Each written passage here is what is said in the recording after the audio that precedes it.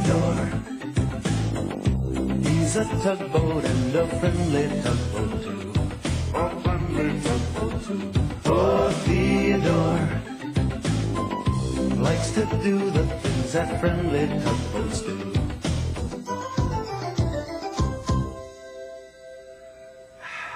Hello. I was working late in my office, so I decided to sleep here tonight. The only problem is, I'm not sleepy.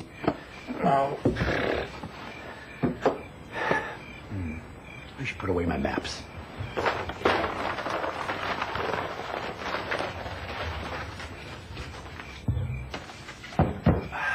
Oh, that's much neater. Maybe I should turn off the light in my fish tank. Yep. Good. Oh.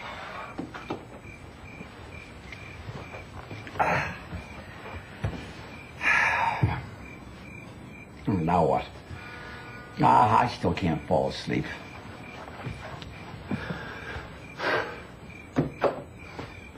But this is the perfect chance to tell you about what happened today in the big harbor. Foduck met the shy ship. One morning, Theodore was bringing Emma Sophia, the cargo ship, into the harbor. They heard 3 sharp whistle blasts. Emma Sophia saw a tugboat in a bright red hat steaming towards her with a very serious look on his face. All secure here? He called, inspecting the ship. Engine in order? Hatches battened down? Foduck's radar was spinning and whirring, and his underwater sonar machine made loud pinging and pointing sounds as he checked out the ship. Barge traffic ahead, He said finally. Proceed with caution. Who was that? Said Emma Sophia nervously. Foduck, answered Theodore. He's our safety tug. Is he real? Said Emma Sophia. Mostly, said Theodore. That's just his way of saying hello.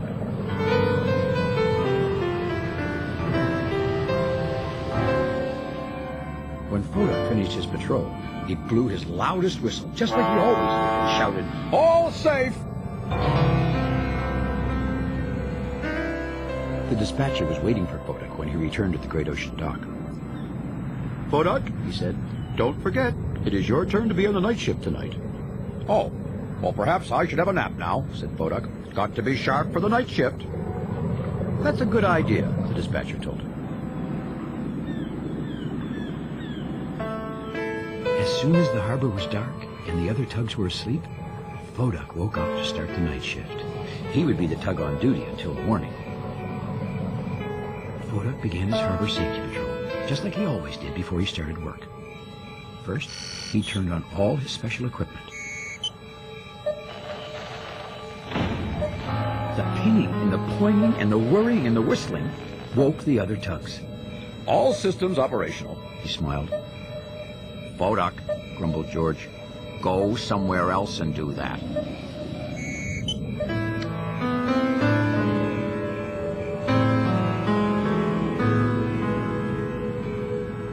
Foduck was floating along when he saw a dark shape lurking near the shore. Identify yourself, He shouted. friend or foe.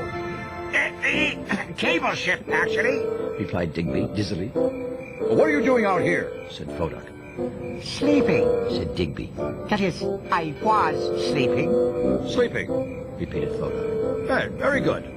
Proceed with sleeping. But just as soon as you stop shining that fibberty-gibberty spotlight of yours in my eyes. Fumed Digby. Oh, yes. Just doing my job, sir. Said Foduck.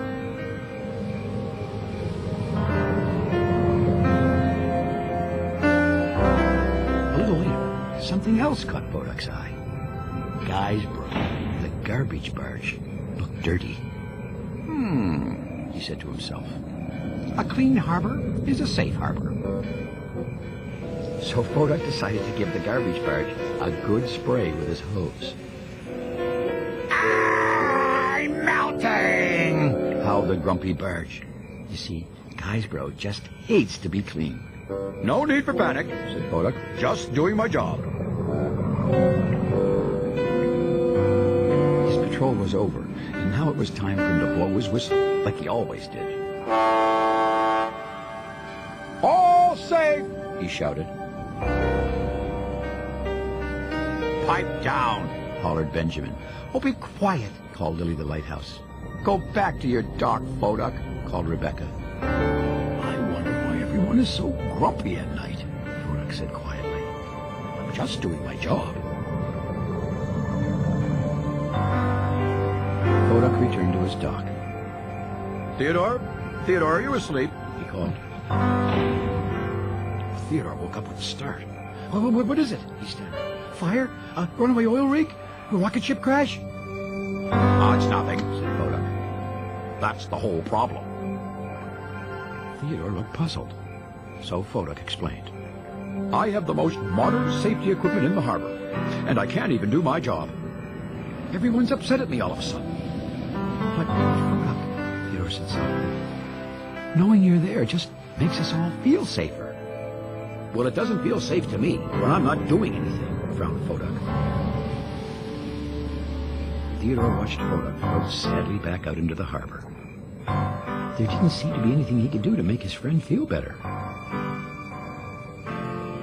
Foduck drifted along for a moment. Suddenly, the water began to bubble. Action stations! He shouted, turning on his radar and his sonar and his searchlight one after the other.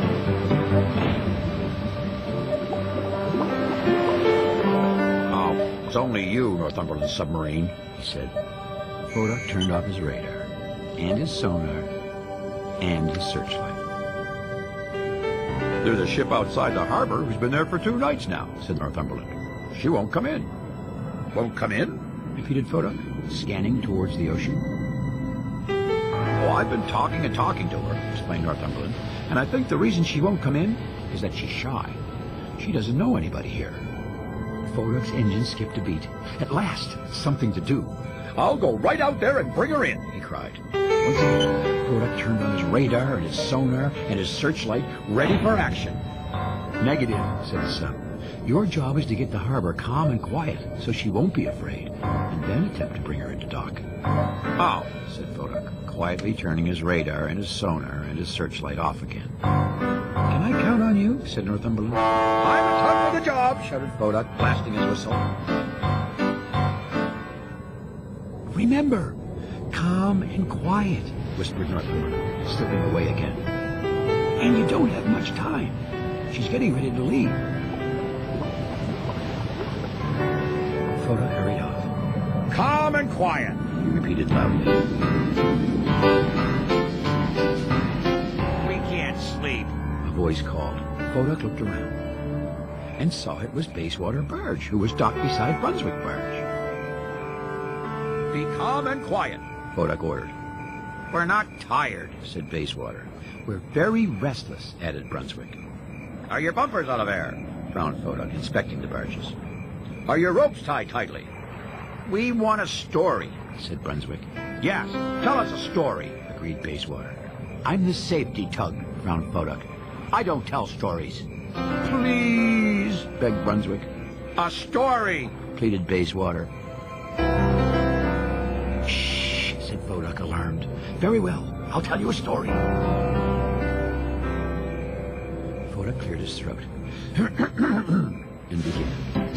Yesterday, at 0900 hours, I observed that it was time for my regular oil change. So... No, but that kind of story, interrupted Brunswick. A real story, but not scary, added Bayswater. Foduck could feel the precious minutes ticking away. He knew that shy ship might be leaving soon, but he had to get those 2 barges settled down. Well, I do know one story that Rebecca told me, he said at last. It's about Theodore and the 3 barges. Oh, that sounds nice, said Bayswater. Foduck began to tell the story, and the barges snuggled closer to listen. A little later, Foduck finished his story, and they all floated happily ever after. Aside from the bell buoy, who required a signal light refit. Foduck looked around. To his surprise, Brunswick and Bayswater were fast asleep. Carefully and quietly, he squeezed out from between the 2 barges. Well, that was kind of nice, he said to himself. Foduck floated around the harbor. carefully retying a tow rope here.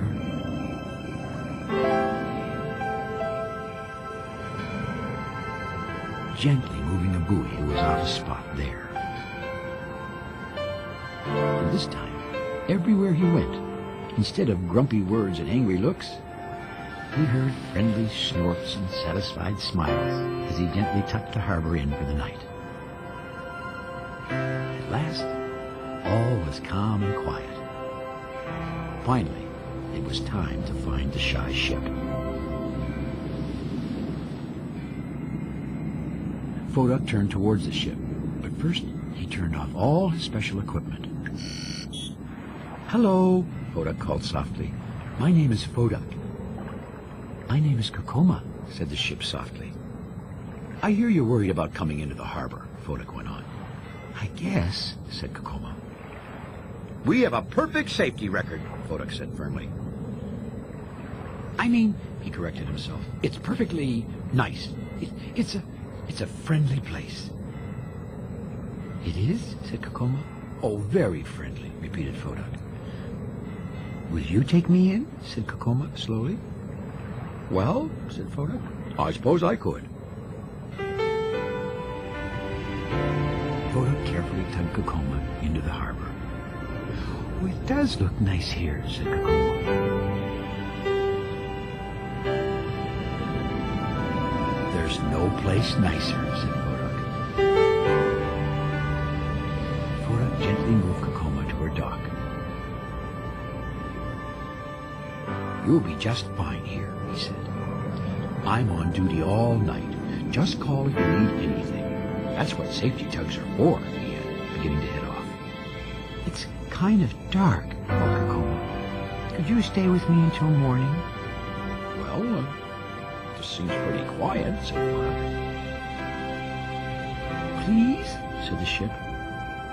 "Okay." "Thank you." Foduck moved alongside. "I feel much safer now," said Kokoma. Foduck didn't say anything, but inside he wondered how could she feel safe. "I haven't done any of my regular safety patrol things. I didn't even blow my all-safe whistle."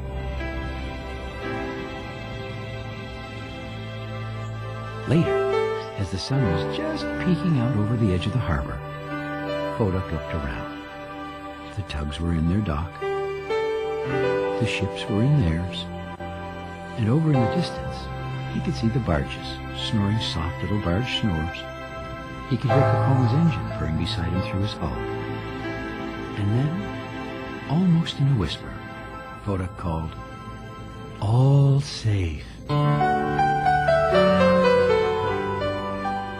That story made me feel so much better. I'll be able to fall asleep in no time now. I just get my bed all cozied up here. There now.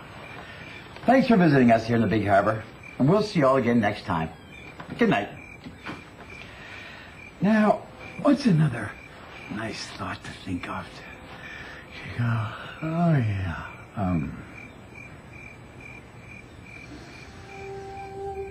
Theodore, he's a tugboat and a friendly tugboat too.